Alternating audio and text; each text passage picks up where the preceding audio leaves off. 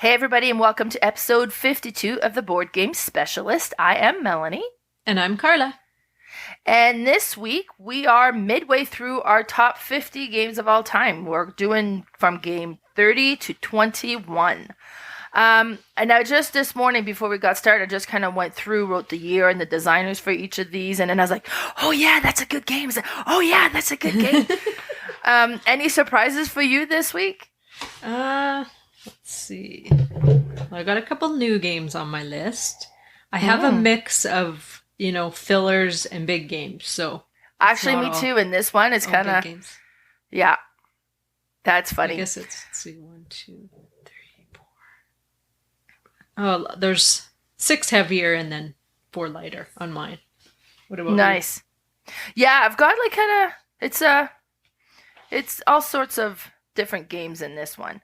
And it's funny because it goes like, oh, like this. Oh, yeah, that's a good one. And then it's like complete different genre. Oh, yeah, that's so. And when I did my list, I didn't tweak it at all. I just went with whatever Pub Meeple told me. That's what I did. So yeah, great. Me too. This one I didn't have to mess with at all.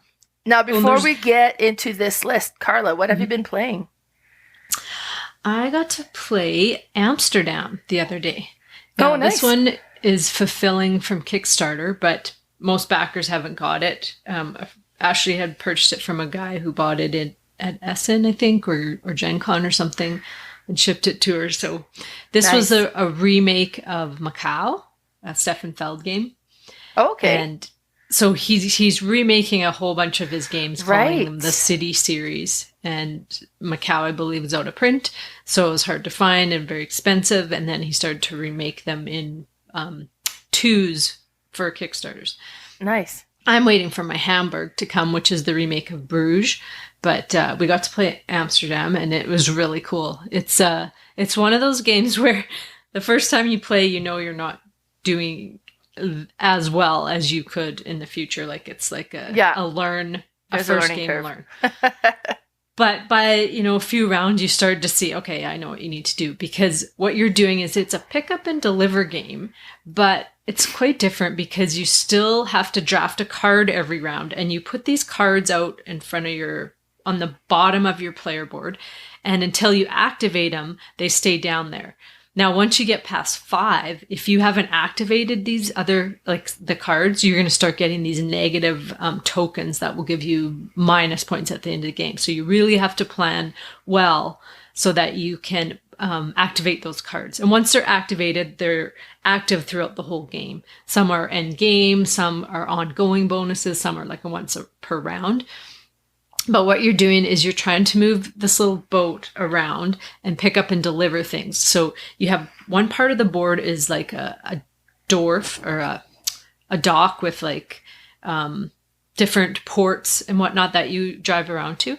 And then the bottom part of the board is like a map of different locations that you can just choose from. You don't have to like walk around to them. You just have to be at a spot where it's like a port in order to pick one of those things up. And you have to pay cubes for them.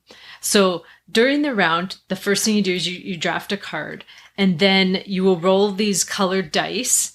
And depending on the number on each color, that's how many cubes you can grab. And you can always grab 2 of the dice, and everyone can grab the same one. So it's not like you can get locked out, which I like, because that could make it very, very hard. It's already a hard game. But so you draft these dice, and you might have like choose 4 purple cubes or like 3 pink. And then depending on the number you choose, you have this wheel in front of you. You will place them on that number. So there's like a wheel that goes from 1 to 6. So you're placing, if you grabbed 6 pink, you're going to put them in the 6. Well, the 6 is not going to come around to you for 6 rounds, starting at the beginning of the game, because the 1 is going to come out. So you really want to get these big numbers, but then you're not going to be able to use these cubes for so long, right? Because you're always, each round you just turn it to 1 dial and then all those cubes come out. The tricky part is making sure you have cubes in each number, because it happened to, I think, me and Cherry, if it comes around on one round and no cubes come out, you can't do anything that round, and you get one of those negative tokens. So It's one of those, you really got to plan and figure out do I make some really big moves and then skip this turn or even them out? The really big rounds are fun because you can do so much stuff, because you can move around, you can grab objects, you can deliver people, deliver things, and it's really neat. It's the first game, like, I was prepared that I knew, I'm like, okay, this is going to be a hard learn. Or it wasn't a hard learn, but a hard play the first time. But after about halfway, we all kind of figured it out. Nice. We would have done things differently, but I look forward to playing that again. Nice. And another one I'm playing is, I had talked about Adrift. Now, this is one of the series from Post Curious Games from Rita Orlov. These are the puzzle tale, tabletop kind of mystery games where it's not a crime, but it's just sort of puzzles that you're trying to solve, but kind of in a sort of an order. But she has like this one, the art in it is just beautiful. So you have 4 envelopes in this one, and you are trying to go into and decipher the dreams of this person in order to find them, I believe. And so you start with one envelope, you pull out the contents, and it's just all different. Like, there's 3 puzzles in each envelope, and they're all just like, you know, a poem, and then some, there's a picture, and then there's some type of physical components that you use to do each puzzle. And the first one, I've finished the first 3 and I'm on the 4th, but it's just so interesting because it's not like there's no directions. You do this, you do this, you do this. You just read the poem and figure out what the puzzle is and then solve the puzzle. So it's really think outside of the box, which is so different for me, as I'm just give me the rules, do the action, blah, blah, blah, repeat. So this, I'm like, what? But it's really neat, and it's expanding my mind, that's for sure. I love it. Yeah. So I'm playing this one, and then I'm going to go into her Light in the Mist, which is the tarot puzzle tale. Oh, okay. Which she's made with just tarot cards. And then I'm going to go into Emerald Flame, which was the big one that she did. She has another one coming out on Kickstarter, and it's about Norse gods. It's going to be like... Oh, neat. Yeah, I can't wait. She just put out a thing that you can be notified like when it launches. It's supposed to launch in the spring. And it's a remake of her very first game, which was called A Tale of Ord. Mm-hmm. And so she's remade it and improved it and whatnot. But I'm so looking forward to that. But those are 2 I've been playing. What about you? Well, I've got a few games lately. So I played Nova Luna, which I had played with you the first time at Gobfest, and then I wanted it and I was looking for it and I couldn't find it, so I ended up playing Framework, which plays very similar. And Nova Luna is one that actually you picked up for me at Wizard's Loft there in Red Deer. So we got playing it, me, Lee, and Lily. And it's just neat. Like, I mean, the tile placement and then the trying to create the clusters is very similar to Framework. But selecting your tile is different because you can select 3 of the tiles that are in front of you, and if there's a gap, you can kind of go further. But depending on the tile that you select, it'll move you forward a certain amount of time. And if you go too far forward, you may not get a turn for a little while because it's whoever's in the back position that gets their next turn. So if I was like, okay, I'll do this one, move me forward by 7, and then the other people do like a 2 move and a 4 move, and so you're like, oh great, now you gotta wait. So the whole thing is really neat and interesting, and it looks so great with the colored tiles all over on the table when you're playing. And then next we played Parks, me and Lily, and Parks is great. Like, the components in it and the artwork is just so cool. And then the trays that comes with it. So you got 2 trays that kind of in the shape of a branch, but then there's a lid on it, so it keeps all the components together. And then on the side of the box, there's a picture of how you put everything together, and everything has like a very specific spots of where it goes, and it just stores so well. So component-wise, this game is just amazing. And it's neat. Like, you're got 2 hikers each, and you're going on hikes, kind of collecting resources, trying to have the right tokens in order to be able to go and visit these national parks, and each of the national parks can give you points at the end of the game. So that was fun. And then me and Lee played Alien Fate of the Nostromo, and that's the third time I've played now, and we finally beat it. It's like, first 2 times I played it, first time was me and Nick, and then it was me, Nick, and Lee. And we died so quick. It was ridiculous. Like, we have got to be doing something wrong. But you have all these small missions you're trying to accomplish, and then once you accomplish those, the big mission gets flipped over, and you got to try to do that in order to survive. And it's based on the Alien movie series, right?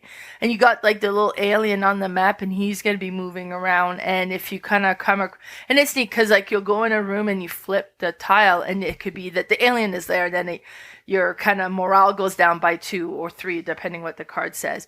But it could be that the cat is there, and the cat spooks you so much that your morale still goes down by 1. It's entertaining. It's neat. And honestly, what we're doing is like we're just concentrating on doing the missions. But you need to concentrate on building your tools that's going to kind of protect you a little bit more from the alien. Then go do your missions. And that's how we ended up winning with that one. All right, so that's what I had played. Now we're going to get into our top, 30 to 21. I'm so excited for this one. So Carla, let's get started. What's your number 30? My number 30 is a new one. It's one of the Kickstarter that I received just before Christmas, and that's Encyclopedia, made this year, or last year, 2022, by Eric Dubois and Oliver Melson.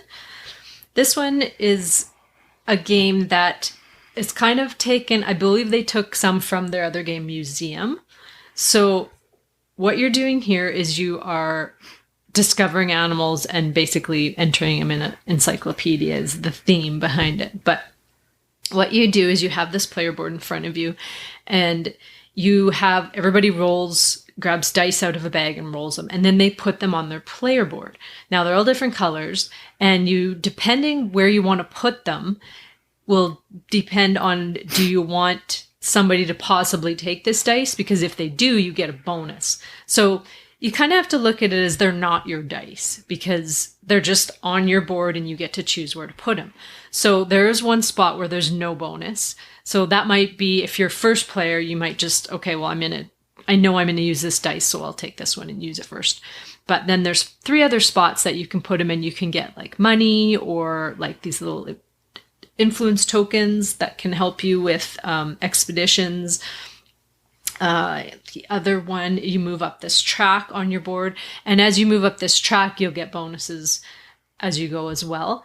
So there's always things that could happen to you on other people's turns, which I love in games. I love when you get something on someone else's turn. I don't know why that's so fun. I guess it's because it feels like the game, you don't always have to wait around for your turn. Right. And then it's like, ooh, I get a treat. Engaged. Yeah.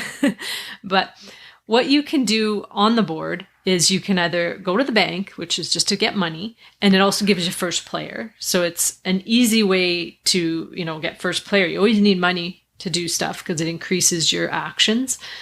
You can go and get these little helpers, I'm going to call them. That's probably not the name for them, but they're cards that will be placed on your board, and a lot of them are endgame points or ongoing bonuses, and you have 4 spots for them. And if they're like open and you can see them, they're always going to be in use. But if you've covered them up, they will still count for endgame, or endgame just for collection wise, but then you won't get to use the bonus on top. So you're always getting a bunch of these different cards, and sometimes you'll get a few cards that really work together. Like you'll go to one spot and your 3 cards will give you like a bunch of stuff just from going there. It's tricky to do that because, you would have to be a luck of the cards coming out that way, but usually you can get at least 2 things comboing and then getting things when you go to certain spots. The other thing you can do is go to a spot and gather the animals. So they're cards with all these different animals that you've discovered, and they have these symbols on the bottom. So what you want to do is there's colors of the collections and then the symbols on the bottom, and you want to try to have as many colors that are the same that have similar symbols, because when you go to your expedition, you can only use the color. No, you can use you can use any color, but you have to start with one card and you'll say, okay, this is the one that I'm using as my base. And then you can use different cards, even if you want to use different colors that have the same symbols on the bottom. It's not always beneficial that way, because then when you go into basically entering them into the encyclopedia, if you use different colors, those will just get tossed and you won't get to use those for in-game. You will get the bonus points, but you want to try to do the most colors with the same symbols so you can do them at once. Now, it does cost money, or I can't remember what the chips are called. They're like an expedition chip that can add actions you can do by going there. So you need to build up a bunch of money and these little, they're boats, but I can't remember the name of what they're called, in order to go and then do like a huge expedition. You can put a whole bunch of cubes on your cards, and then when you go down to enter them, then you'll have all these things you can do at once. But it's kind of a back and forth of how do I do a whole bunch at once, but I need a whole bunch of money and I need a whole bunch of these tokens.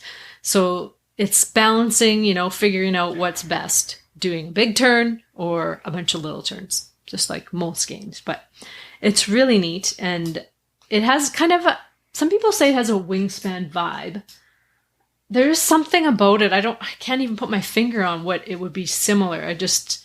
Because it's not like it, but it has something. I can't even think of what it would be, but it just sort of maybe the collection of the animals or something. But it's so different. I haven't played anything like it, and it's really neat. And that's my number 30, Encyclopedia. Nice. It sounds neat. And it's the one that if you've seen all around lately too. Yeah. It's just kind of coming out quite well. Yeah. Now, my number 30 is an economic game called Happy Pigs. And this is one that I've owned this one for years. It's published in 2013. It was created by Kurakimura.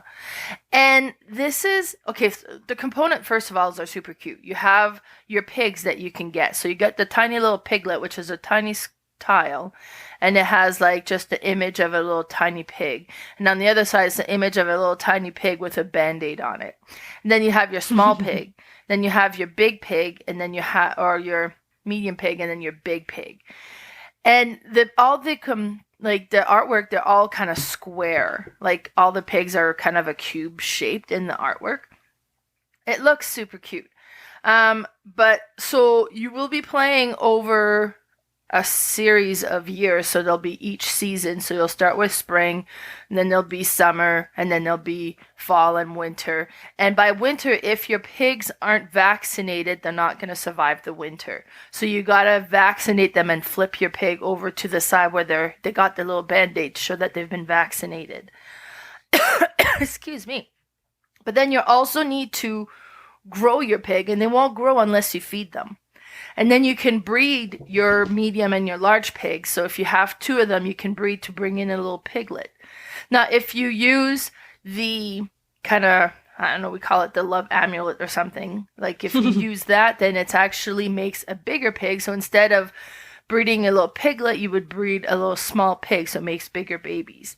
And then, so you're doing all these things. But what's really interesting with it is every player would get a set of tile of the different actions you can do on your turn. Because on your turn, you can either go to the market and purchase different things. You can buy pigs. You can buy a bigger pen to hold more pigs. You can buy your vaccine. You can buy your feed supplement. And then you can buy your love amulets.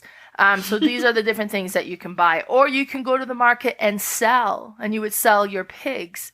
Or you can feed your pigs, or you can breed your pigs. Those are the 4 actions you can do. But you'll flip the tile over, or the card over. It's like, okay, so this summer, this is the actions available. So there's 8 market action available. There's 5 feed available. And it kind of gives you an amount of how much actions can be done. So then you're going to look at your tiles and you're going to secretly pick which action you want to do. And then at the same time, everybody reveals what action they're doing. So if 3 people go into the market, well, then those 3 people are going to need to share the 8 action of going to the market. And it starts with the first player. So first player would be, okay, well, you get one, then you get one, and you get one. And then so the last player there wouldn't get one because you can't divide 8 by 3. So first player would get 3, second player would get 3, and then the last player would get 2 that had selected this action. Now, if you had selected to feed your pig, and you're the only one who did, and there was like 5 options to do that. Okay, well, you get to feed 5 times if you wish, but you can only feed a pig once, and it takes them over to the next size. But if you only had 3 pigs, then you'd only be able to do it 3 times. And then when you go to market, you can sell your pigs, and there'll be some tiles over. It's like, oh, okay, there's a special on pigs, so you can actually sell them for $27 instead of $21. It's like, oh, okay, it's a good time to sell because, I mean, the price otherwise on the pig's always the same. So it doesn't make sense to buy a pig and then sell a pig because it's going to be the same price and you're not going to make any money. It makes sense to buy a pig, breed a pig, grow that baby pig, and then sell them as they get bigger and bring in the money. Because the goal is to whoever at the end of the game has the most money is the winner. But the artwork is super cute, but it is an economic game. Like this is it's not complicated. It's a simple game. It's a really fun game, but it's an economic game just with a cute, cute theme. And that's my number 30, Happy Pigs. Awesome. Yeah, that sounds so neat. I have to try that sometime. My number 29 is Rajas of the Ganges, made in 2017 by Inca and Marcus Brand. Now, these designers have also done like all the exit games. Oh, wow. A few other board games, and their kids have even developed games as kids. Oh, neat. I don't know if you've ever heard of Cheating Moth, but it's just like a fun little card game. Their kids developed that game, but so cool. That's cool. But anyway, so this game is a dice game at its heart. A dice, I don't know if I should say selection game, but it's quite different because you start with a few dice, but you have to find ways to get more dice because if you ever have no dice, you can't do anything. So it's kind of neat because some of your dice will be used just to get more dice. But it's a worker placement game as well with your dice, but you will go to these spots to get things the whole point of the game is you're trying to move up these tracks. You're trying to move up a money track and a fame track, and they go opposite ways. So this is kind of where Arc Nova took that mechanic from, where you're going this way with money and then the opposite way with fame. And once they meet, that triggers the end of the game, and whoever has crossed the most wins the game.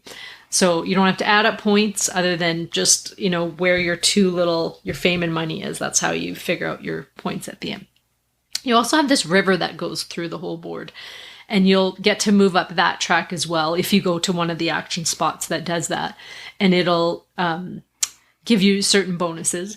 But your player board also has a little mechanic to it. It has like a tile laying mechanic. So you're trying to acquire these tiles to put on your board, and they have like our little route building as well, because once you connect certain things, you'll get to do better things or just get like new bonuses. And it's quite neat, and it can give you some end game points on there as well, I believe.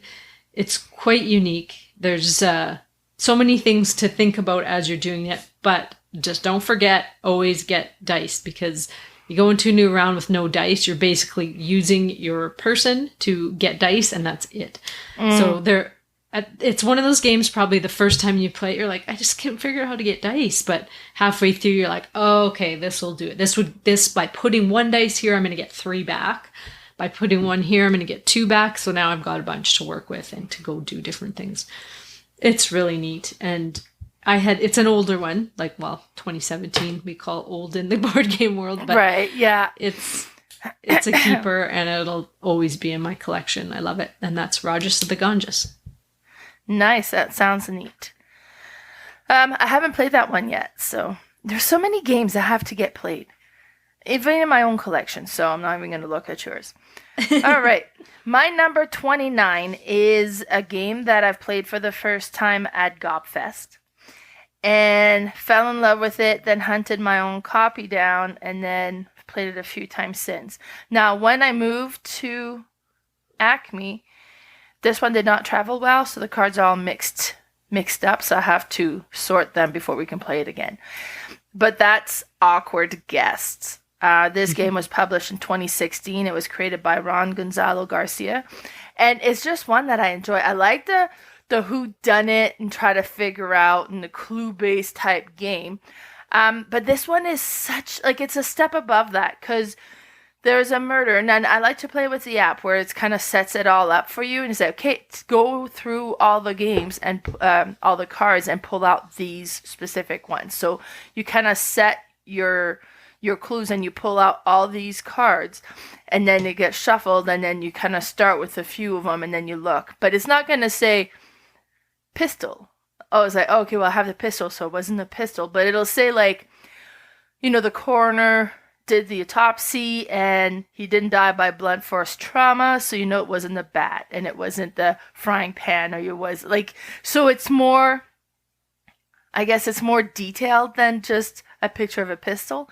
And it's so cool. So then you're like, oh, okay, great. So you go through and you have your little sheet and you kind of keep track. I was like, okay, well, it wasn't this and it wasn't this, and it's like, well, there was, like, and then the help and the maids and stuff will kind of say, well, I saw so and so walking this way. Is that okay? Well, they were way over there, and so you kind of keeping track of all that, and it's neat. And you're trying to find who the murderer was and what the motivation was and what murder weapon they used, and so there's the whole thing you're trying to put together. But it is so cool. And then you'll kind of put in a request. Is like, okay, well, this is the information I have. I'd like to find out more about this character and this room.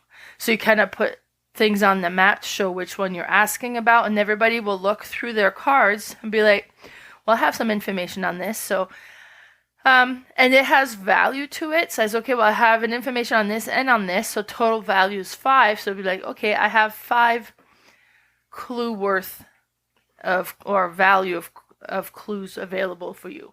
Then you'd have to go through your own cards and give them 5 clues worth in order to exchange for those ones. And you're trading clues this way, trying to get more of the information.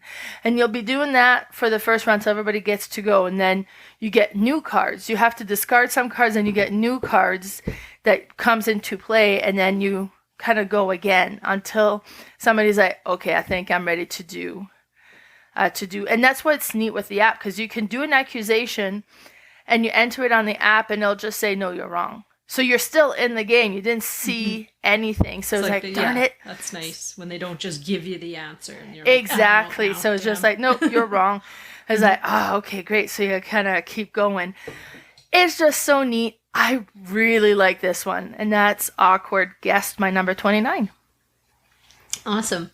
My number 28, you talked about already in your games played.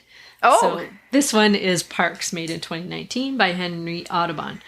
This one is just one of those classics that'll stay in my collection just because of the art alone. It's just so beautiful. And I like the gameplay too. Like it's such a good game to teach people that have never played and, put out these cards and these like bits and stuff, and people are like, what is this? It's so pretty. And it's not hard either to learn, I should say. Yeah. Maybe to win. But it's just so pretty traveling, on your little hiking path there and choosing where to stop. And I don't find it like a simple game either.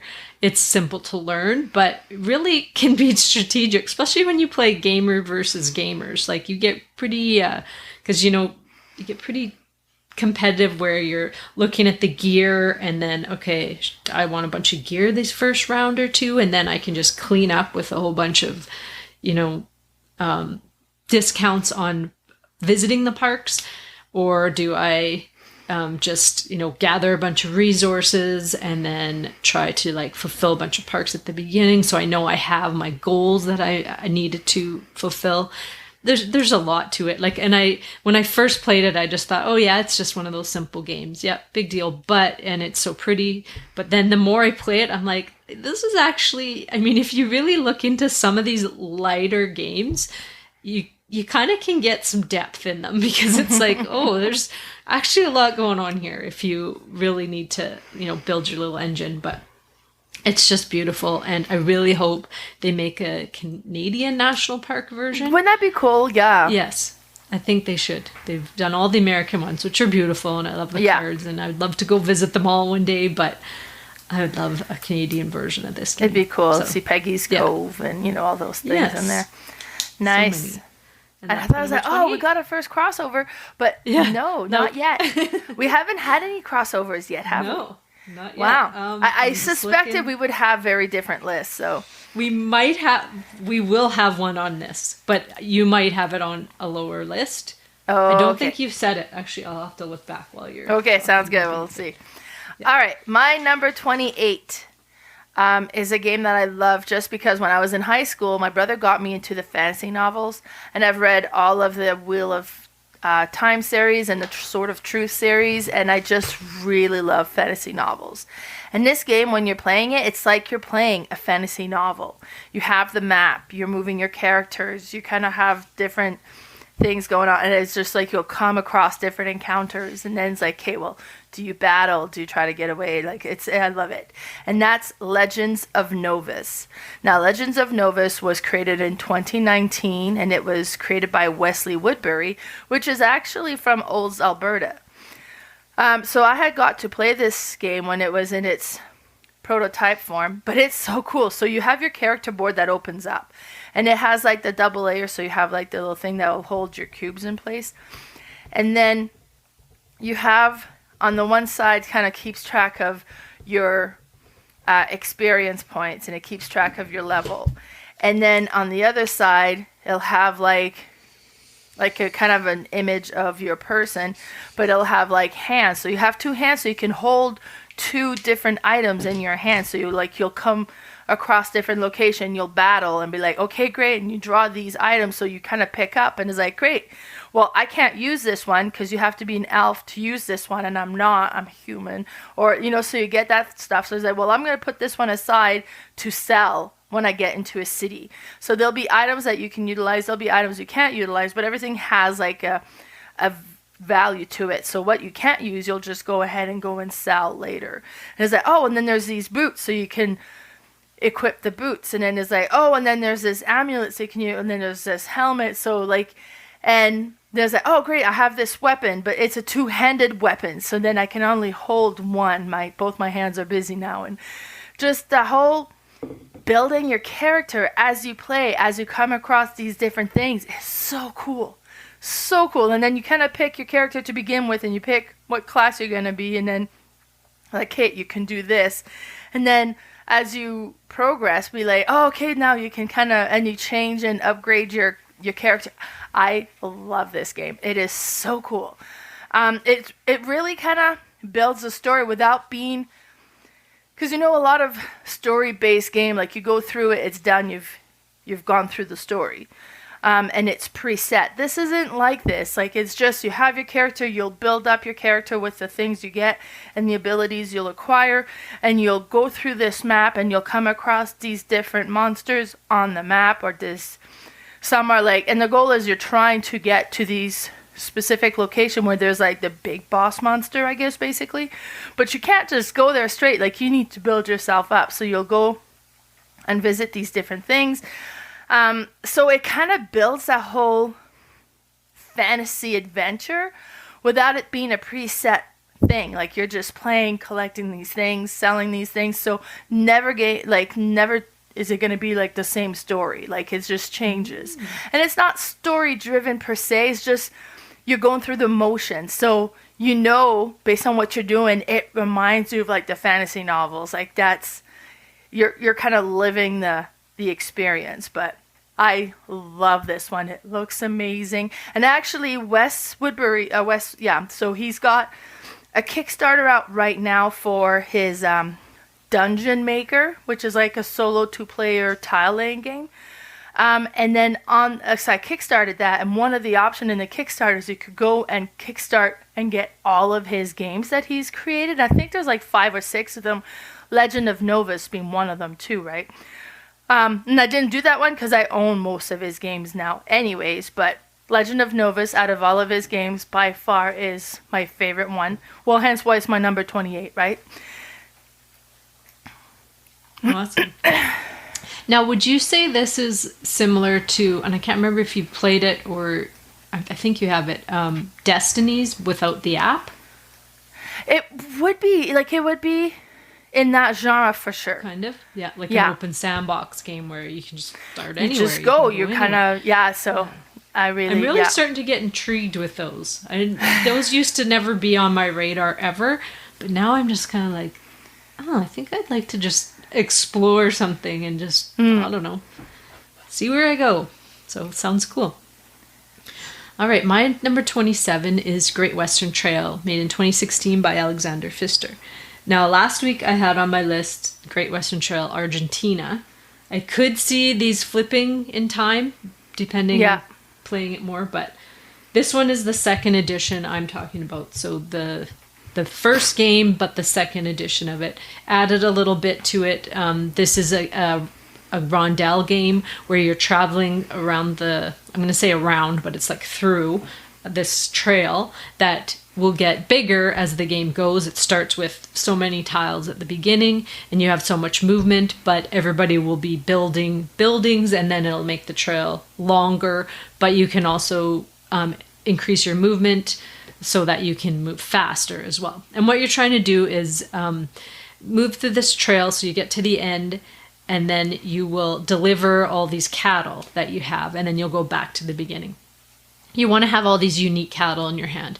And the big difference from this game from the first edition is there's this one type of cattle that you can grow from babies, and then they will get to be bigger and worth more points each time you deliver.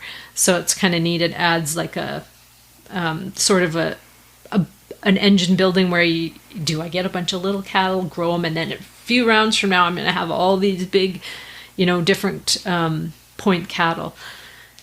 Another difference is they kind of changed the track. It used to be where you could stop at the first one because depending how much cattle you have will depend what you can deliver to, as long as your train is there. If it's not there, you can pay to deliver ahead of it. But the first one had at the first spot, you could deliver there, you'd get some negative points, but you'd get a bunch of money. And money is really hard to get at the beginning. So you could do that, get a bunch of money, and then you can buy more cattle so you can build your little deck faster, because it is a little mini deck builder as well. It's a really neat game. It's the first time I played it, actually the first time I seen it on the table at this cafe, these 2 or 3 people, the whole night, like we go there from 6 to midnight-ish, they set this game up and learnt it right there. And literally by the end of the night, they played 1 round. Nice. That's how you wanted to spend your night? Like, learn the game before. But anyway, and I just thought, this game looks ridiculous. And then I don't know when I learned it. It was still at the same cafe. I didn't learn it at the cafe, obviously. Yeah. But played it and I was like, this is really good. I like it. Because you're trying to buy cattle, but you're also trying to hire these cowboys so that you can get more cattle. You're trying to hire engineers so you can move your train along and deliver to better places. You're trying to hire builders so you can build better buildings that can be placed on the board that everybody can go to, but you're the only one that can do the actions on them. Everyone else can just do this little base action. So there's so many things and so many ways to victory that you can, go hard on 1 or do a little bit of 2. Like it's just really neat and interesting. And the last time we played it, I remember thinking like it's a longer game, like it's at least a 2 to 3 hour game. And I remember thinking, gosh, I'm glad we all enjoy this game, because sitting through a 3-hour game where you're like, it's all right, is pretty hard. Right. But sitting through a game where you're like, I can't wait till my turn, I gotta do this and this and this, and it's just fun, and I really like it. I think it might be my top Pfister game, but I'll have to keep down the road here, but that's my number 27, Great Western Trail, 2nd edition. Nice. Yeah, there's some games that you get, and you can't just buy the game, sit down, open, and play. Like you're like, oh, let's play this one. It's like, no, I'm not ready. This is gonna require some prepping. Nice. Now my number 27 is Quarriers. So Quarriers was published in 2011, and it's created by Mike Elliott and Eric Lang. And it's so cool. This is like Dominion, but instead of cards, you have dice. So you have your starter dice that goes into your bag, and you'll pull so many out, and then you roll them. So that's what makes it so interesting. Like, not only do you have the dice you've purchased, but it also depends on what gets rolled as to what you're going to have. And if it's like the little water droplet, well, that's your currency. So that's what you're going to use to activate your other dice or to purchase new dice and so on. And then you'll have like your warrior dice. And depending on which one you have, their abilities, their strength, and their attack, and their defense, and so on. And you'll roll these dice and be like, okay, well, I'm going to activate this one, so put the warrior into your, like, active area, but then it's going to cost you some water droplets to activate that, so you're going to move the water droplet into your spent area. And then you have, okay, with these dice that I have left over, I'll purchase, and you can purchase a spell that's going to allow you to re-roll or kind of pick the side of the dice you have or whatever, right? But then if you roll that on that particular dice, because if you roll a water droplet, well, then it's just money. And then you can also buy different warriors, and then you'll have different ones that do different things. And then it's like Dominion, right? You're not going to play with each one every time. You're going to randomly select a few, and those are the ones that come out. And each dice have different color, different symbol on it, and they do different things. So then you'll go ahead and collect this, and then once you start your turn, if you have your warrior still at the top of your active area and it didn't get destroyed, then you score the points for it. So you'll kind of track your points for that particular one. And then on your turn, you're going to like battle the person to your left and battle the person to your right. So it's so good. This game is so good. I love it. I've had Quarriers for quite a while, and just all the different dice. And then I bought this at the silent auction for FallCon. I bought like an expansion that gives me a whole other new set of dice as well. So I'm excited. And you could actually play that one on a standalone. It's like light versus dark or something like that. So you could play as a standalone game, or you can combine it with the other one and have like a bigger variety of the dice that you can play with. So good. So that's my number 27, Quarriers. Nice. All right, my number 26 is Teotihacan, made in 2018 by Danielle Tassini. This one is one of the tea games, which right now I believe is my top tea game. I'll have to double check. But like I said, this is one of my resolutions, is to play them all this year and actually rank them and figure out which one is the best, in my opinion. This one is a dice placement game, but it has this huge board, and it's beautiful, like Aztec themed game with all these temples that you're going up, and you're trying to build temples, and you are trying to open different, I forget what it's called when you're putting your dice and you unlock something. But how these dice move around is you each have, I believe it's 4 dice to start, and they all start at 1s, I think, maybe 3s. I haven't played for so long. That you will move this dice to a spot, and you can move up to 3 spots clockwise around the board. And once you get to a spot, depending how many dice are there of different colors, you have to pay cocoa. So that's the currency in this game, is cocoa. And I bought the little actual cocoa beans, like the, not real cocoa beans, but like game component cocoa beans. So it's so much more satisfying than the little cardboard chips. Of course, I have all the other upgrading components for this game too, but the cocoa beans are the best. They're like shiny and they're quite big for cocoa beans. But so anyway, once you go to this spot, however many are there, you have to pay. Or you could choose to just collect income that round, and however many are there, plus yourself, you'll get that many back. So what you do at each of these spots is different. There's one where it's a tech spot where you can go and upgrade your tech and get things as you go around the board, makes it better.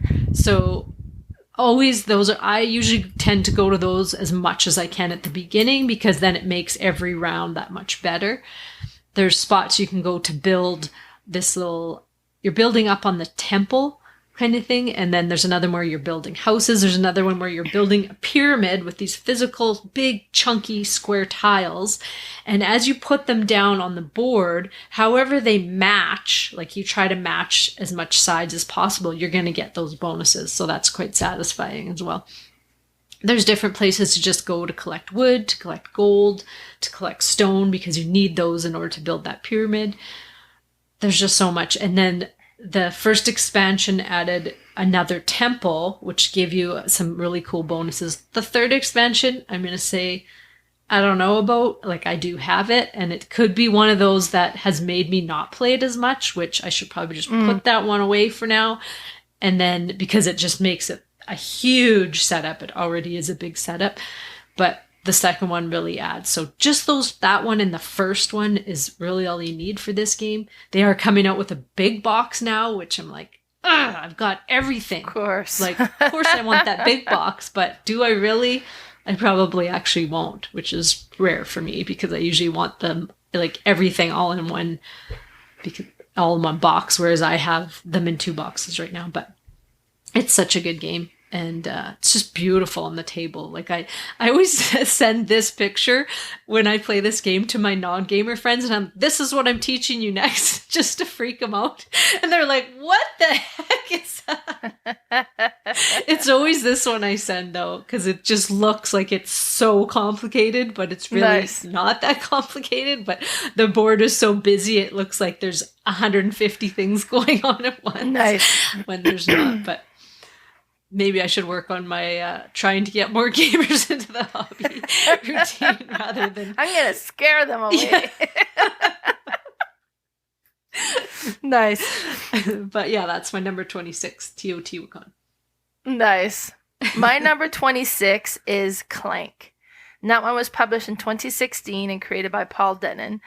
And this one is just a fun game. So it's a deck building that is also kind of like a dungeon crawl. So you start at the beginning and you're going through this castle, and then you're getting underground to these dungeons, and then your goal is to kind of pick up these artifacts that are worth points and kind of grab what you can for points as well, and then come back out.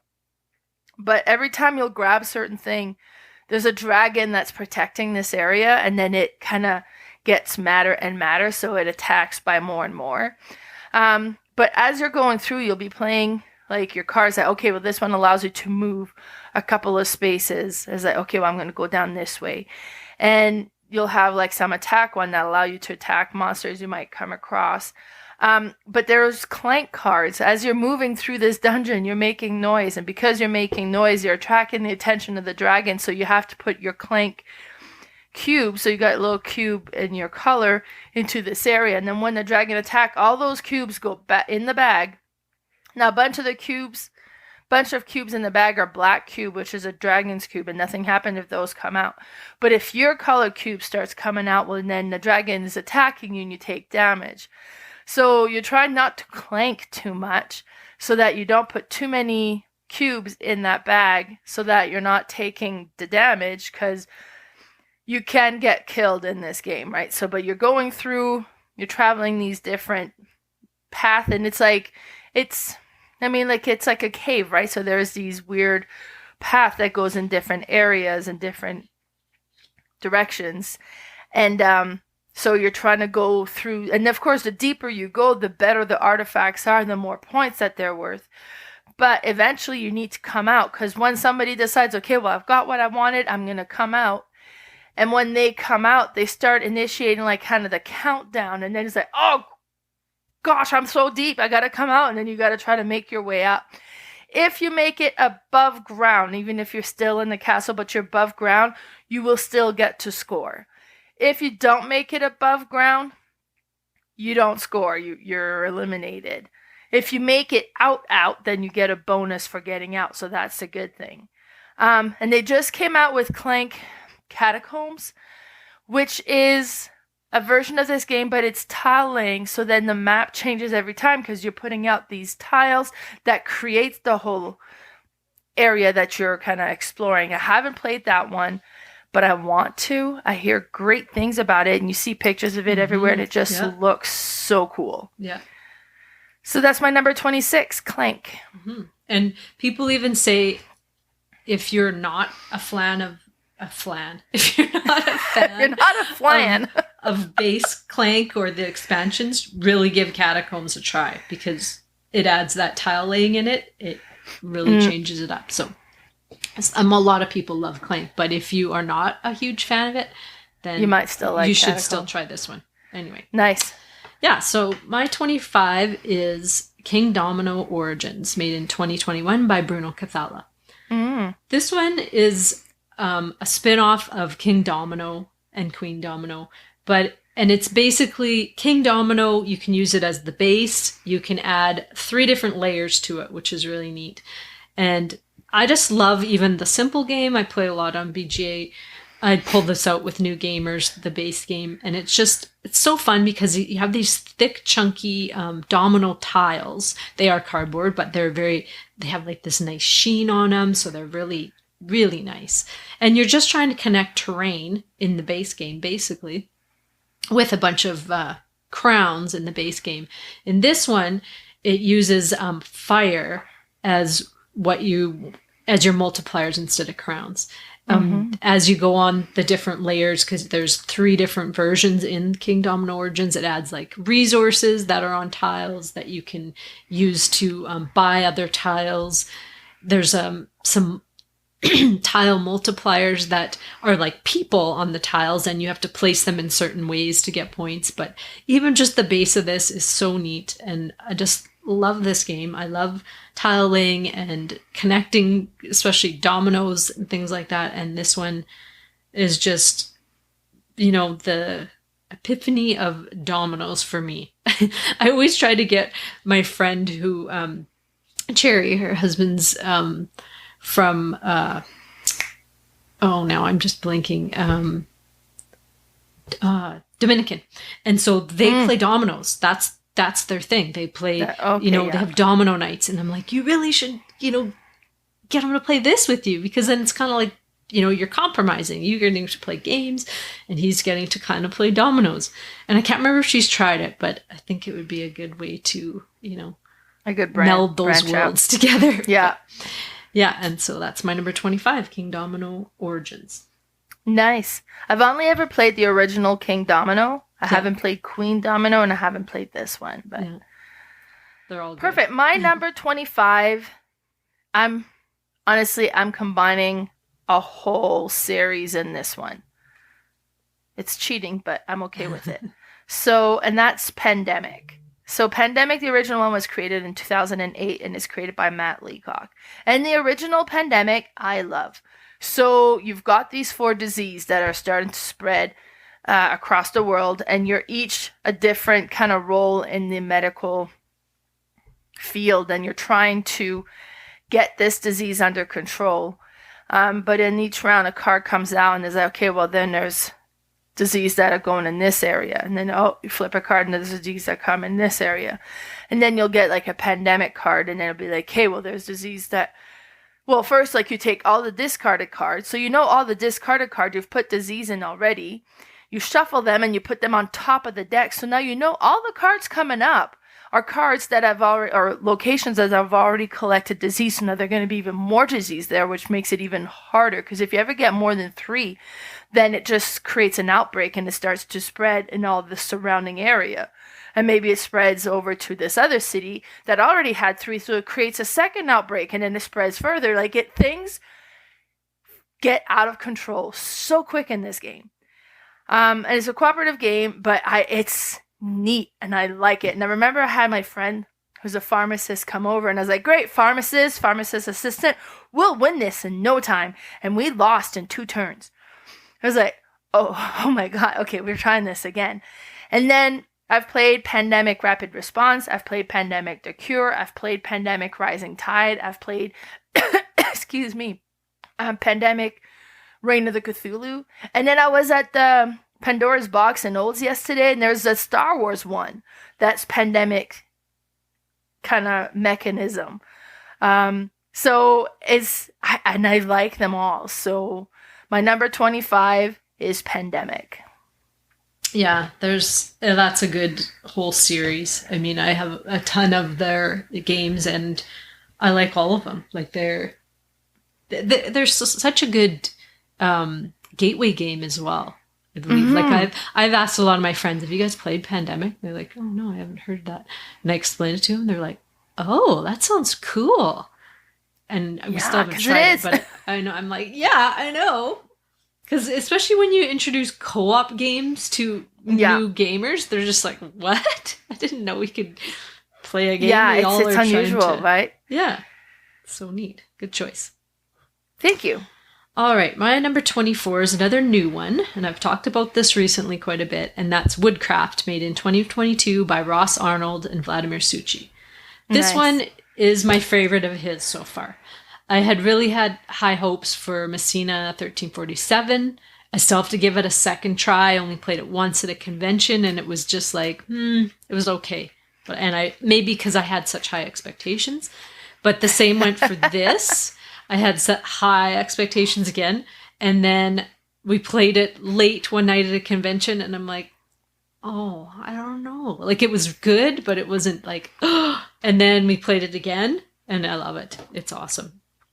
It's so thematic that you are these little woodworkers. Your dice is basically wood, and you can cut and glue them together to like split up dice or add two together.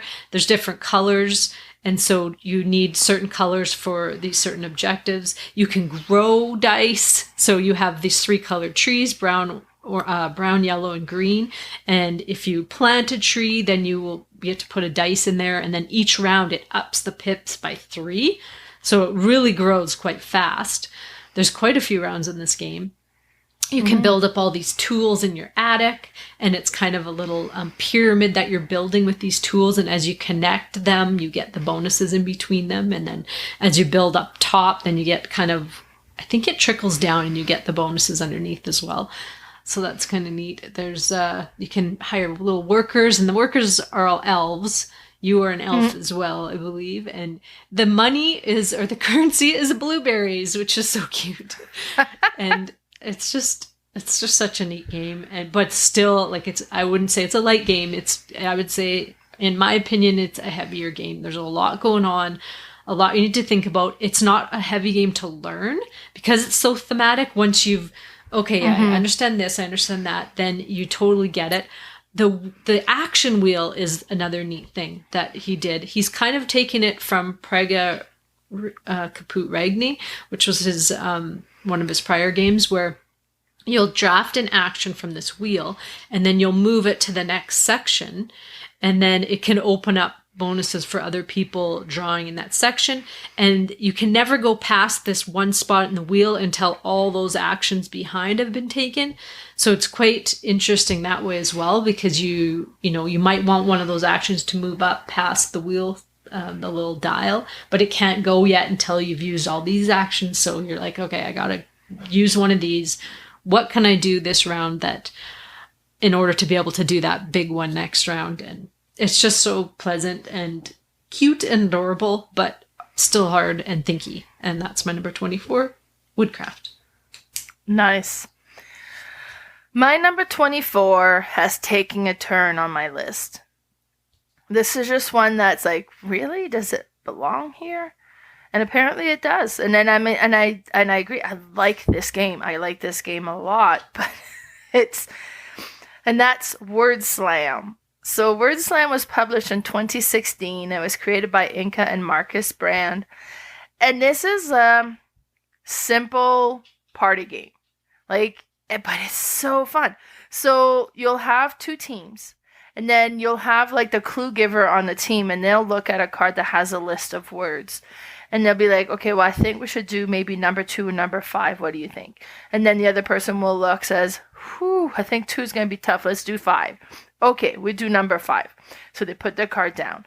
And then each team has a pile of cards that have words and adjectives and different things like that on there. So, and you're going to go through these cards and start pulling cards that you'll put on these card holders that puts together these different words that you're trying to create a clue with to get your team to guess what that word is. Now, as I mentioned, there's two teams. You can't see what the other player's putting up for cards, but you can hear what they're guessing. And sometimes, like, what are they putting over there? Because we're guessing completely different here. And that can happen, right? And then you put the cards as fast as you can and putting clues together. And then the people are, okay, and then they're trying to guess. And it's so fun. It is so fun. And we played like it was like one time, we were playing me and my girlfriend against our two boys. So it was like mothers against sons. And then she put a couple of cards up and it was kind of like, I don't know, music and men. And I was like, Metallica. And then on the other side, they don't have any cards yet. My son is still flipping through the cards, but her son yells out AC/DC and he wins. I was like, what? So then they get that card with the word on it, and then you pick the next card, and the other person's the clue giver, and then you play again. Every time I've played this one, I have loved it. It's such a neat game. Just enjoy it, and that's why it's my number 24 Word Slam. Awesome. Yeah, that's a good one. My number 23, I predict, will be a crossover. Unless you might have already said it, but you'll know. This is Ohanami, made in 2019 by Stefan Bendorf. Now, this is a little card game that is so simple to learn. You are just dealing out 10 cards to everybody, choosing 2 cards, playing them in your garden, and then passing the deck or your hand to the next player, and you choose from the hand you just got passed to you. And what you're doing is you can build up to 3 gardens, and these are just rows of numbers.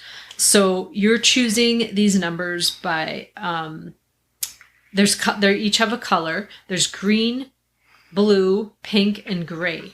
And in the first round, only the green cards, I believe, score. And then in the second round, the green and the blue score. And in the third round, all of them score. So you are trying to get these cards out into your gardens, and how you play them is, you might put down a 50 and then you might put like a 48, or you might put a 50 and a 2, and you might start 2 gardens that way. So you have a 50, which the cards go from 1 to, I believe, 113, or is it higher than that? Can't remember. But what you are doing is just building them up sequentially. But if you've placed like a 60 and a 40 on one pile, you can't stick anything in the middle. So you're really trying to, do I just start in the middle and work my way up both ways? Do I start one pile low, one pile high? It doesn't matter. You just have to try to work out what's the best way. But the fact that each color scores differently, like the green doesn't score that much. They're only worth 3 points, I believe, or 2 points. But they'll score 3 rounds. The blue's worth more points, but it'll only score the second and third round. The pink, if you have a bunch of them, you'll get a whole bunch of points. The same with the gray. They give you, I can't remember how many points for each card, but it's trying to balance out, what do I want most of? I know some games, like when I'm teaching people or whatever, if they allow someone to have a whole bunch of the pink, they are gone with the game. So you really have to not allow somebody to get a whole bunch of one color, especially the pink. It's just such a simple game. It's very zen-like for me. And the reason it's higher than some of these heavier ones that I love is that I will play this anytime with anyone. I should just carry this around with me in my purse or whatever. And then, you never know when you could just plop out a game. The games are so fast too. It's 3 rounds. Unless you have some major AP going, you could play this game in 10 minutes, I'm sure. If not 20 max. And then you'll just play again because it's so lovely. I think that why I love it so much is I've played The Game by Stefan Bendorf, which is just a co-op game or a solo game, and I played it hundreds and hundreds of times in front of the TV. Whereas to me, this is the competitive version of that game. And I just love it. And I think everybody should give this one a try. And that's my number 23, Ohanami. Ohanami is so good. And it's such a satisfying game to play. But I just went through all my list. This one had ended into position 134. Oh, did it? Yeah. Okay, I was just looking back to see. I just know it's one of your one that you love. Oh, it's good. There's just so many, like, honestly, I did my top 244 or whatever, 243. But those are all games that I love, right? Like, there's just so many great games out there. Mm-hmm. All right, so my number 23. I bought the big box version of this one, and I don't know that I needed to because I'm not one that does expansion very much. And I've played with one component that's in the big box so far, but otherwise it's been just a base game, and that's Mystic Vale. So Mystic Vale was created in 2016, and it was created by John D. Clare. But this one is so cool. It's not a card, it's not a deck building, it's a card crafting game. So you start with 20 cards, and you're going to end with 20 cards. And it has a strong push your luck element to it too, but what's going to happen is you're going to take your cards, and you have your beginning cards, and you flip one over into your playing area. Well, you flip it on top of the deck, and then you decide if you move it to your flipping area, but then you have to flip the one on top of the deck. So you're slowly adding cards into your play area. And then, but there are going to be some cards that have a decay symbol on it, which is fine if you have one or two, but if you reveal a third one, that's it, you bust. You don't get to do anything. Now, some of these cards are also going to have these blue orbs, and that's your purchasing power. So it was like, okay, well, I'm not going to flip again because I've got too much decay now. If I reveal one more, I would bust. So I'm going to stop now. I have 3 of these orbs. What can I buy? And then you look on the card, on the table, and you have these cards that you can kind of look at and purchase. One thing I'll say I like with a big box is you have this mat that you put the cards on. Because, I mean, this game has terrible table presence because all the cards are see-through. And so they just kind of blend to the table, right? But with the mat, you kind of, they showcase them a little bit better. Be like, okay, well, I'm going to purchase this one. So then you have a card that's see-through, but it has some elements to it that you would slide into one of the existing cards you just had in your play area. So as you play, you're making your cards stronger and stronger and kind of adding more to it. Then you would discard that. And then it would be the next player's turn. So you keep going until you trigger the end of the game, and I think the game triggers when you've gained so many victory points, because there's victory points you can collect as well. And then you would tally up, because some of your cards are going to be worth extra victory points and all that stuff, and whoever has the most points is the winner. But I love this game. It is so cool with the card crafting and the see-through cards that's come in. And I like this one so much that when I've heard of 3000 Scoundrel, which is another one where you have your cards and you add these transparent cards into it, kind of building up your cards. That's all I know about this game. I know nothing else. But I was like, well, love it in Mystic Vale, so I'll buy that one as well. And I just bought that one last week, so I'm really excited to play it as well. And I was looking at the back of the card, and it's cool because you got like your character, but then when you add the other cards, it kind of gives them special ability, but it adds clothes to them. So it dresses them up at the same time. So I can't wait to play that one, mainly because I love this particular game so much. And that's number 23, Mystic Vale. Awesome. My number 22 is Dice Miner, made in 2021 by Joshua Debony and Nikola Restersk. I think that's how you say it. This one is, I've talked about this quite a bit. This is a lighter game, but it's just so satisfying. I mean, I love dice. I love rolling a bunch of dice a lot of the times. I love choosing dice, and how you choose these dice is off this little mountain, which is so cool. You can only take from the top unless you have a beer dice and you roll it to somebody else and they'll get whatever on it, and you'll get to choose 2 dice. And that way you can choose a dice from the top and even possibly the sides. what the dice will do is give you points, of course. You can choose the white, just plain D6 dice and try to build up runs of 1 to 6 or 1 to 5 now. I think it might only be. Now I can't remember.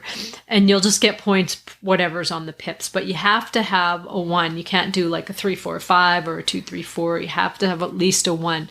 So it's really tricky to get the 1 sometimes, because sometimes the mountain's full of like 4s and 5s and you're like, oh, okay. But there's a way to reroll them. There's the green dice, which are the little chunks that will let you, at the end of your round, after you've collected your points, to keep some dice that keep them on what they already rolled instead of having to re-roll them all. Like if you need those 1s, you can just put the 1s aside in your trunk kind of thing and then keep them. The green also will show, I'm trying to think what the green also shows on there besides the trunk. It's not the magic. I'll come back to that. But the blue ones are magic. And they're these little symbols on there that there is either a 1 or 2 and 3. And those will let you re-roll dice. So before you add up your points for the round, you will use these dice to re-roll other dice that, you might want to get a trunk. You might want to get some other things. There's dice that have these little comet-looking things on them, which are like explosions. And if you don't have the shovel to go with it, they are worth negative points. So for every shovel you have, it'll multiply the dice for positive points. And then there's the same for dragons and a shield. If you have all these dragons and have no shields, they're worth negative. But the more shields you have, the more multiplier positive points you'll have. Each dice also has a beer on it, which is cool because you'll want some beer because sometimes you're like, oh, I want those 2 dice for sure. So you'll give away your beer, you'll roll it to somebody and grab 2 dice. It's so simple, but it's just so satisfying and fun. I don't know why I love this one so much, but this is another one I would play anytime. I really love the quick games just to fill in between heavy games or to play when you don't have time to play a heavy game. It still feels like you still have to make some tough decisions, but it's fun and quick. And that's my number 22, Dice Miner. Yeah, that one is so cool. Mm-hmm. And then like the tray that all the dice falls in with the, like you get the mountain that it all falls in. It looks so cool. Like the table presence is amazing. It is. And the tutorial for this one's on Dice. Oh, Not that it's a complicated game to play at all, but... No, but still nice. Yeah. Awesome. Really cool. All right, my number 22 is Super Motherload. And that one was created in 2015 by Gavin Brown and Matt Tolman, so that it's a Roxley game. And this one was cool. The first time I played it, I was like, oh my god, what was this? Like, it was so clever the way that it works. So it's a deck building game, and you have your own deck. And then it's kind of neat because you can buy new cards that makes your deck more powerful, but you're buying from your own cards. And then you have these different categories you can kind of buy from, and you would kind of go higher level in that one particular category. But you have your own set of cards that you would be buying from. And each character, it's very steampunk themed. You can play as an astronaut dog or something, and then so there's all these different characters that you would play as, and then depending on the card that you have, because this is a mining game, like you landed on a planet or something, or you're mining on this planet or whatever it is, and you're trying to dig up different things that are underground, and depending on what it is, how the type of material that you're digging through, what type of card you would need to utilize. If you're digging through dirt, you can use your basic card to dig through dirt.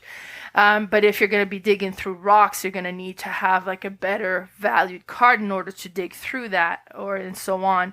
And then it's great. And then I've uncovered a diamond, so you would collect a diamond to show that you've kind of collected that, and you're digging through.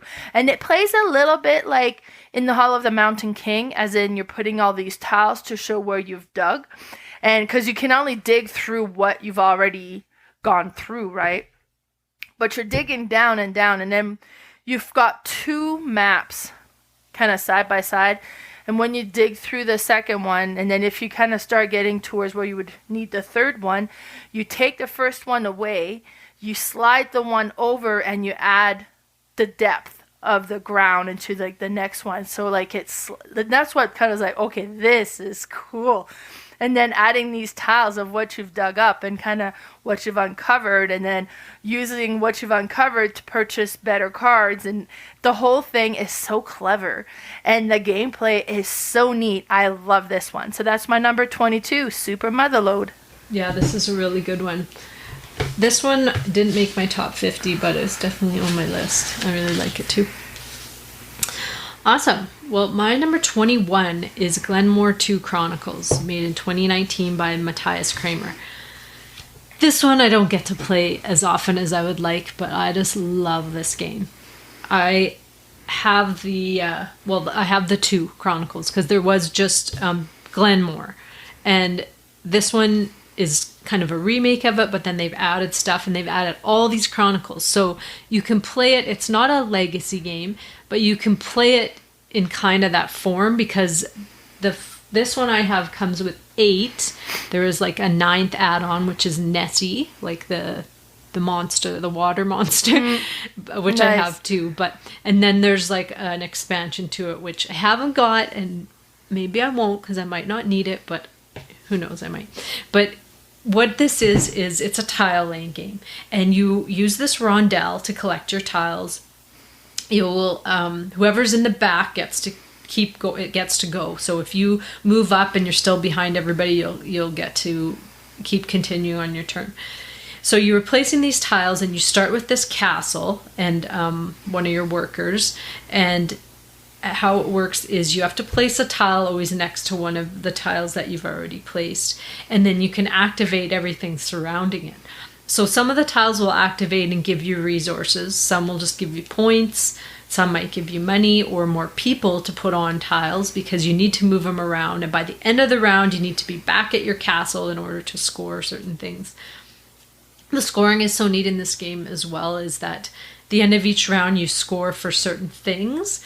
But at the end of the game, if you were the person who's in the back just collecting all these tiles that nobody wanted, and you have 18 tiles compared to someone's 12, you're going to get negative points. So you still have to kind of stay uniform to what everybody's collecting, because you don't want all those negatives, unless you've used them to gain a whole bunch of extra points, which, don't make the negatives that bad. The market is really cool in this game, because you can always sell or buy things, but only if there's spots to do so. So when you buy something, you will place the money right on the market, and then that spot, if somebody wants to buy something, they always have to go from one side. That's how much it'll cost. So it kind of things get more expensive as the demand is higher, or if they're all sold out, then they're expensive to buy. You can never sell, if the market's full of, say, wheat, you can't sell any. So it's kind of unique. This market is really cool. The little Chronicles, which are like mini expansions, are really cool. Like, they're so awesome. And I haven't tried playing with all of them. I think I've worked my way up to maybe 6 or 7 so far. Not playing with all of them. You kind of try one each game, and then you kind of figure out which ones you would probably play with. But it's just so neat to add something different to each game. Like, one of the first ones is this little dragon boat race, where you add these little tiles in front of you, and you are racing this boat around the table. So you're going to other people's, and you get little bonuses as you go. And if you're the first one to get back, you win something. And all of them are just so neat. Like, what they've done is they've gotten all these different designers to design one of them. So there's one that Jamie Stegmaier designed, and it has to do with wine. I think maybe it's whiskey though, but it's like aging it like in viticulture. Like, nice. It's just so neat how you can see the designers, and you've played all their games, and you're like, oh, they do this a lot in some of these big deluxe versions. I know Lagrange, I think, has done that. They've added different little mini expansions from other designers, which is so cool. And yeah, it's just awesome, and I need to get this played more. And that's my number 21, Glenmore 2 Chronicles. Nice. My number 21 is 5 Tribes. This one was published in 2014, and it's created by Bruno Cathala. And this is one that you hear about all the time. Oh, 5 Tribes, such a great game, and it's like makes everybody's top list. And then I was like, I'd never played it. And then last Christmas, I saw it at a store and I was like, you know what? I'm going to buy that for me. So I bought it and tried it. And then it's like, oh, that's why everybody talks about this game, because it's so cool. So you have this map. Well, it's all these tiles are put together. And you put, I think it's 3 meeples on each one. And this is just random, and you put meeples on each one. And then on your turn, what you're going to do is you're going to pick one location, take the meeples that are there, and move it to another location. But, so let's say you're going from this one spot and you're going 3 away, and you're going as far as you've got meeples too, right? So be like, okay, so I'm going to the next one. So you've got the 3 meeples, you would leave 1 behind. So you go to the next one, you would leave 1 there, and then you go to the last space. And depending on the color of the meeple, the action you get to do at the space you ended up on. But then if there's other meeples of that color at that location, you get to do that action like that many times. So you would be like, okay, I ended up here. I'm doing the red action, so I get to take all these meeples. They get done, so they get removed from the board, and then you've done that. And then depending on, like, there's the different actions that you can do. You can go to the market and collect these different goods that kind of set collecting would give you different things. There's these, they're not called genies, but they are genies. I can't remember what they're called, but you can collect these cards that'll give you kind of special abilities. It's just so cool though. And then you kind of get to claim that one location, and the different tiles have different values as well, and you keep playing until you can't do any moves. And then you actually, at the beginning of the game as well, before you do your move, like, you bid on the position you want to be in.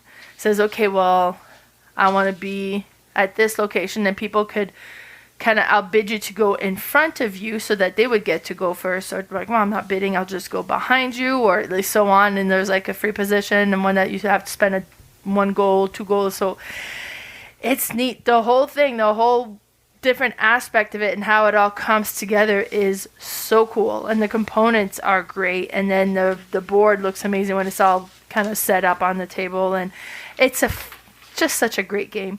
And that's my number 21, 5 Tribes. Awesome. That one just missed my top 50, and I was so sad to not have it on my top 50 because I love this game too. But it just didn't make it. I'm sad for it. You know, unfortunately, the top 50 can only hold 50 games. I know. But it's still, it's a really good game. Yeah. It's so neat. Yeah. So that was our list from 30 to 21. So we've only got 2 episodes left to go for our top 50 here. This is, and I mean, like, these are such amazing game. I'm enjoying this quite a bit. So be sure to tune in next week to see which one is going to be from our top 20 to top 11. And then the week after that, it's our top 10. So, you know, that's going to be just all amazing games. So excited for that. So thank you so much for tuning in. Before we finish, I do have one. Sorry. I'm just kind of skipping a whole thing. No. The only thing I wanted to mention is because you guys are all my listeners, I wanted to invite you to something. I have opened up. I'm going to have an all-inclusive board game retreat, and I've only sent it out as invite only right now. But I'm inviting you, listeners, if you are in the Red Deer area, on February 4th and 5th, I'm having an all-inclusive board game retreat. Now, what that means is it includes your board game convention cost and all your food for the weekend, meaning you'll get 2 lunches and a dinner, supper, for Saturday night, and some snacks in the evening Saturday. So the convention retreat will go from Saturday 9 till 11:30ish, midnight-ish, and then Sunday from 9 to 5. And we will have games there that you can sign up to learn. Everybody will be bringing games as well. I'm not going to have a huge library for everybody, but I will have some games there that people can play and just play at the table. We'll have some open tables as well. There'll be some prizes and hopefully some draws for things. The food, I'm doing this at my restaurant. I have a Greek restaurant in Red Deer, and we have fabulous food. And I'm not just saying that. We do have great food, and there'll be a variety of options you'll be able to choose from, which you will choose before you come to the retreat. So it's something that I think is unique that I don't think I've seen before, but that's one thing that when I go to convention, it's always like, okay, I gotta pack all this food, I gotta figure out a place to go eat, you gotta spend time to go find a place to eat. Where I know a friend of mine, he said, that's one of the biggest things is trying to find good food, like at a convention or near it, and not just, your burger and fries kind of thing. So we'll have lots of options. There's some gluten-free options, there's some vegetarian options, and it's going to be fun. I think it'll be neat. I am kind of restricting this to a smaller amount of people. We are close to meeting our minimum amount that I need in order for it to run, but I am the cost of this convention is going to be $100. So for the weekend, it'll include your convention and all your food, which I think, peace of mind, and it'll include, pop, water, tea, coffee. So you really don't need to bring anything unless you absolutely need to have a few treats there. Just your games. Yeah, just bring a couple games. Sign up for our games. We're going to have that schedule out soon. But if you do want to attend, please reach out to me on my Facebook page at Red Deer Board Game Fanatics. You can message me privately. I'm Carla Janudis on Facebook. I'll spell that last name and we'll put it in it's in our little notes at the bottom, but it's GIANNIOUDIS. You can message me on Facebook and sign up because when this episode drops, we will have passed our deadline of minimum. So I'm hoping we will get there. We're very close, and that we can have a nice little retreat for us board gamers. But yeah, that's all I wanted to say before the end. Perfect. Now, also, we have a Discord now, so be sure to join us on a Discord, and we'll be adding that list. Now, Carla, you've just told us about your Facebook page, but we can also reach you on Instagram. Yeah. So on Facebook, I don't know if I mentioned it just now, which it's called. It's called Red Deer Board Game Fanatics. And on Instagram, I'm at Board Game Specialist, all one word. You could reach me there as well, but I don't always every day check that. So in case you needed to reach me quickly, you can just message me on Facebook would be the quickest way to do it. Perfect. And you can find me on Facebook as well as Mel's Board Game Room. On Instagram, it's Mel's_boardgame_room. And my YouTube channel is Mel's Board Game Room. Awesome. Thanks for tuning in, everybody. Thanks for listening. Bye for now.